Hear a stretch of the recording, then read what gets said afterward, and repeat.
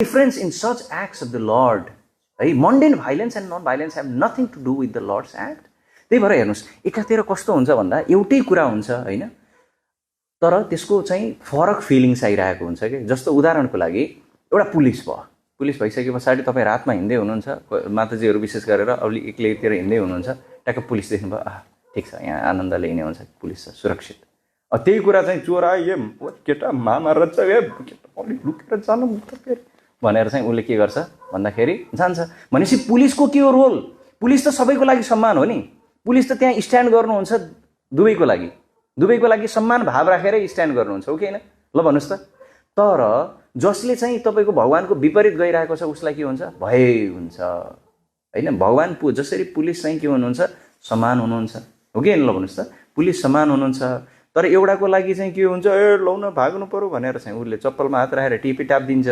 अर्को चाहिँ के हुन्छ त भन्दाखेरि ऊ चाहिँ एकदमै सुरक्षित महसुस गर्छ।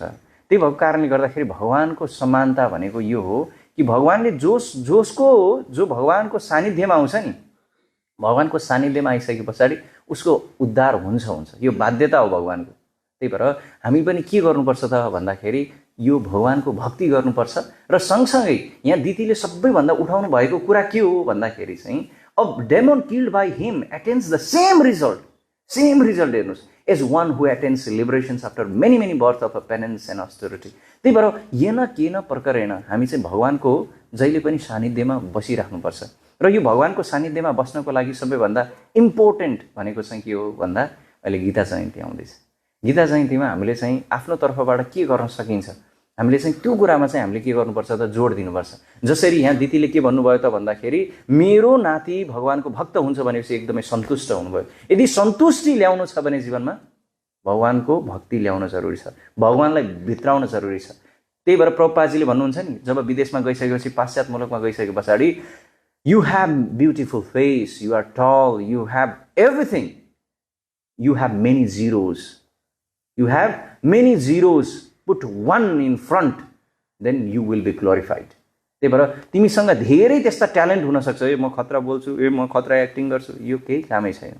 जबसम्म यो कुरा भगवानको लागि सन्तुष्टिको लागि भगवानको सेवामा लगाइदैन तब यसको केही भ्यालु नै छैन। It's just a big zero.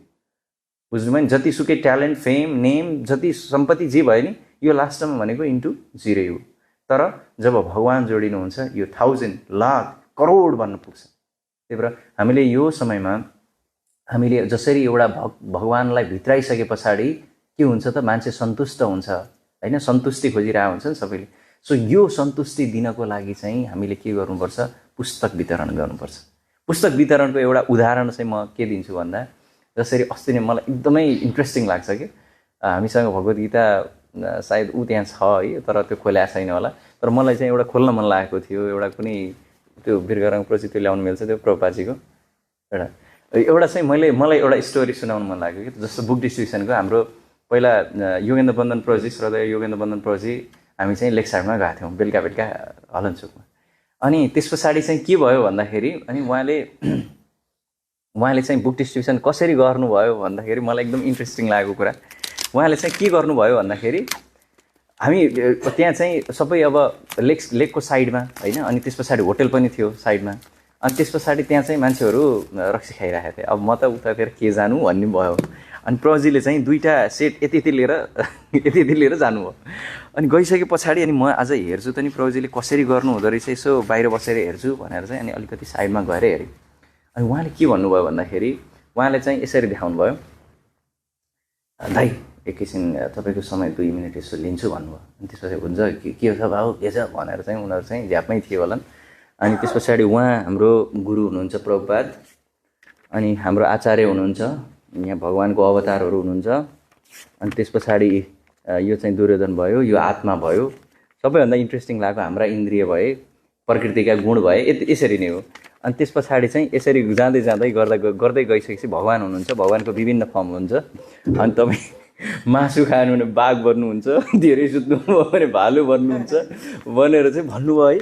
म दङ परेँ है। अब हामी त कहाँ त्यसरी प्रिचिङ गर्न सक्नुहुन्छ त नि, नाङ्गे हिँड्नु भने रुख बन्नुहुन्छ भनेर भन्नु। मैले अब त्यो भइसकेपछि त अब यस्तो है, म त अब भनौँ न एउटा त्यत्रो पहिलेबाट बुक डिस्ट्रिब्युसन गर्नुभएको, अब केही अलिकति स्ट्राटेजी केही होला अनि त्यसपछि मासु खानु अनि बाघ बन्नुहुन्छ भन्नुहुन्छ के अरे। अनि त्यसपछि ती मान्छेहरू हो है भने खाइरहेको मान्छेहरू है तिनीहरू। अनि त्यस पछाडि अनि ए गुरु यो त खतरै रहेछ है, कति हो भने होइन। अनि त्यस पछाडि 1,000को सेट नर्मल्ली त्यसरी बनाउनुहुन्थ्यो। 1,000को सेट 2वटा सेट चाहिँ उहाँले चाहिँ त्यहीँ डिस्ट्रिब्युट गर्नुभयो कि। भनेको मतलब मलाई त्यहाँ त्यति बेला फिल भएको के त्यो कन्भिक्सन के, त्यो कन्भिक्सन त्यो प्युरिटी भनौँ न।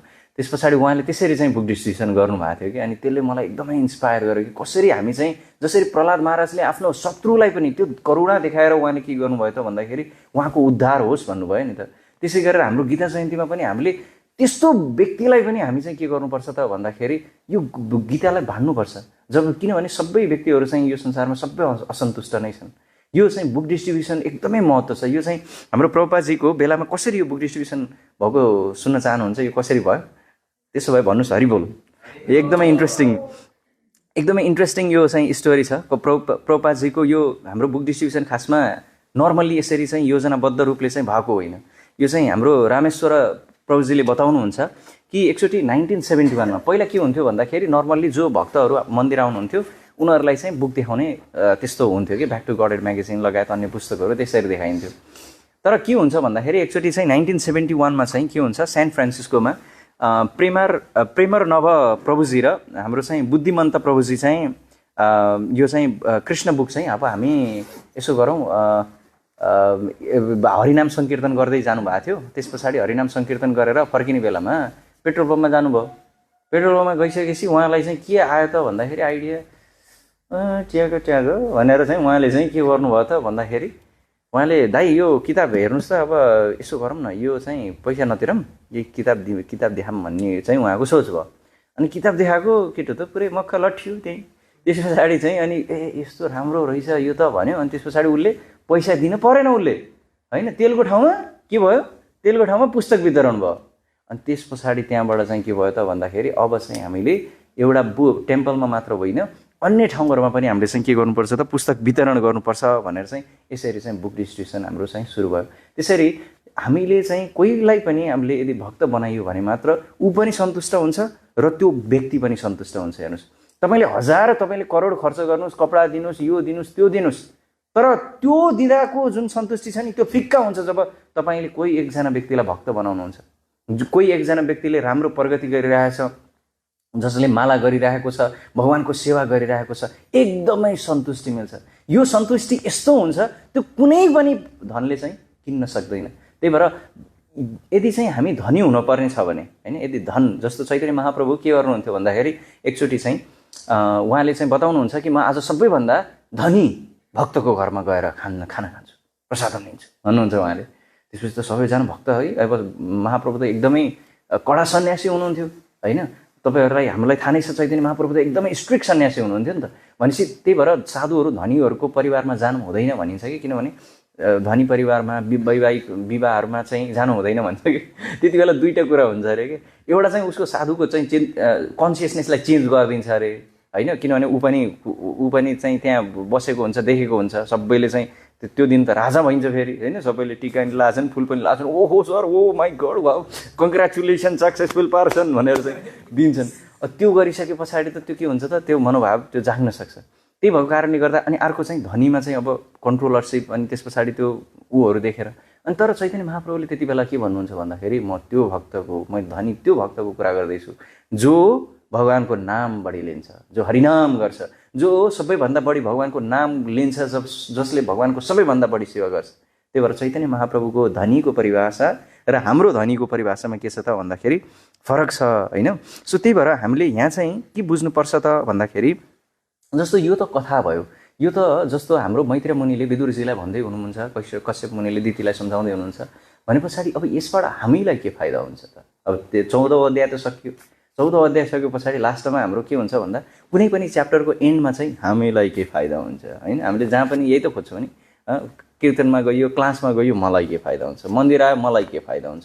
सबै हाम्रो सेन्टर भनेको त यही हो। आज कस्तो रमाइलो भयो भन्छौँ कि, खासमा हामीले रमाइलो आफ्नो लागि रमाइलो गर्न लागेको हो कि भगवानको सेवा गर्न लागेको हो भन्ने कुरा चाहिँ अलिकति हाम्रो कन्सियसनेस नै अलि फरक छ कि हामीले चाहिँ जस्तो मन्दिरमा आयो ओ आज हरिनाम भयो वाउ रमाइलो भयो रमाइलो यसकारण यसरी हुनुपर्छ रमाइलो कि आज मैले भगवानको सेवा गरेँ यसकारणले चाहिँ म सन्तुष्ट छु भनेर चाहिँ त्यो भाव हुनुपर्छ हामीले चाहिँ मेरो रमाइलोको लागि मेरो इच्छाको लागि मेरो सन्तुष्टिको लागि चाहिँ हामी कहिले पनि मन्दिर आउनु हुँदैन अथवा त्यो गर्नु हुँदैन त्यही भएर यो चाहिँ एउटा हामीले शिक्षा के लिनुपर्छ भन्दा यो स्टोरीबाट यो श्रीमद् भागवतमको यो 14औं अध्यायबाट हामीले यो शिक्षा लिनुपर्छ यो सुनेरै मात्र हेर्नुस् जुन कुरा मान्छेले तपस्या गरेर हैन विभिन्न खालका कार्यहरू गरेर पाउँछ त्यो कुरा अहिले कलियुगमा हामीले केवल भगवानको हरिनाम हरे कृष्ण कृष्ण कृष्ण हरे हरे हरे राम राम राम हरे हरे भगवानको सबै कुराहरू सबै माधुर्य सबै कुराहरू चाहिँ के हुन्छ त भन्दाखेरि यही भगवानको नामबाट आउँछ र भगवानको एकदमै सुन्दर रूप छ यहाँ भनिएको छ कि एब्सोल्युट भगवान इज एब्सोल्युट प्लेटफर्म भगवान निराकार हुनुहुन्न भगवानको आकार छ भगवानको यो भागवतमा पनि उल्लेख छ कि बर्हा पीडम नटवर वपु कर्णयो कर्णिकारम विव्रत वशकानक कपिशम वैजयन्तीम चमालम रन्धारान वेणुरधर सुदया पुरनयन गोपवृन्देर बृन्दारण्यम स्वपदारमणम प्रभविषाद गीत कृति भगवानले के गर्नुहुन्छ त हैन भगवानले चाहिँ मयूरको प्वाख लाउनुहुन्छ त्यस पछाडि कर्णिकार फ्लावर चाहिँ आफ्नो कानमा लाउनुहुन्छ त्यस पछाडि येल्लो गार्मेन्ट उहाँले चाहिँ लाउनुहुन्छ वैजयन्तीको चाहिँ माला लाउनुहुन्छ यसरी चाहिँ भगवानको सबै कुराहरू चाहिँ के बताइएको छ त भन्दाखेरि यसरी भगवानको एकदम आकार रूप छ भनेर बताइएको छ त्यही भएर मान्छेहरू हामीले के गर्नुपर्छ त भन्दाखेरि भगवानको नाम जप गर्नुपर्छ र गीता जयन्ती आउँदैछ हामीले आफ्नो तर्फबाट कसरी सक्छौं हामीले सहयोग गर्नुपर्छ किनभने distributing books means distributing Krishna यदि हामीलाई यो बुकलाई लिएर यदि डिस्ट्रिब्युट भएन भने पनि एउटा फाइदा चाहिँ के छ थाहा छ किताब लिँदाखेरि यसरी लिएर हिँड्नुस् यसरी लिए पनि भयो तर यसरी लिनुस् के भगवद गीता लिन छ यसरी एटलिस्ट यो भनेको चाहिँ you are taking Krishna and you are distributing Krishna so त्यही भएको कारणले गर्दाखेरि चाहिँ हामीले यो गीता जयन्तीको अवसरमा हामीले यो भगवद गीता लगायत प्रभुपादजीको ग्रन्थ बाँड्न जरुरी छ किनभने कृष्ण भन्दा पनि अझै मर्सिफुल हाम्रो प्रभुपादजी हुनुहुन्छ वास्तवमा हो किनभने जसरी चाहिँ हेर्नुस् त भगवानको उद्धार नै कसले गर्नुभयो भगवानले के भन्नुभयो त भन्दाखेरि हे प्रहलाद तिम्रो कारणले त मेरै उद्धार हुन्छ भन्नुभयो नि भने पछाडि भगवानको भक्तहरूको शुद्ध भक्तहरूको शक्ति यस्तो छ त्यही भएर श्रील प्रभुपादजीले विशेष कृपा चाहिँ हाम्रो पुस्तकमा राख्नु भएको छ त्यही भएर यसलाई पहिला आफूले पनि स्व अध्ययन गर्नु जरुरी छ एकजना भक्तले चाहिँ पहिला डिस्ट्रिब्युट गर्ने तर उहाँले चाहिँ पढ्दै नपढ्ने प्रभुपादजीले भन्नुहुन्छ this books is meant first for devotees पहिला यो भक्तको लागि हो त्यसपछि बाहिरको लागि हो त्यही भएर पहिला तिमी पढ्नुपर्छ त्यसपछि अरूलाई बाँड्नुपर्छ भन्नुहुन्छ त्यही भएर के हामीले पढेका छौँ प्रभुपादजीको पुस्तक त्यो चाहिँ हामीले सदैव मूल्याङ्कन गर्नुपर्छ र यो भगवद गीता वितरण गर्नुपर्छ यसमा केही मेरो त्रुटि भयो भने क्षमा गर्नु होला श्रील प्रभुपाद की जय ग्रन्थराज श्रीमद् भागवतम की जय।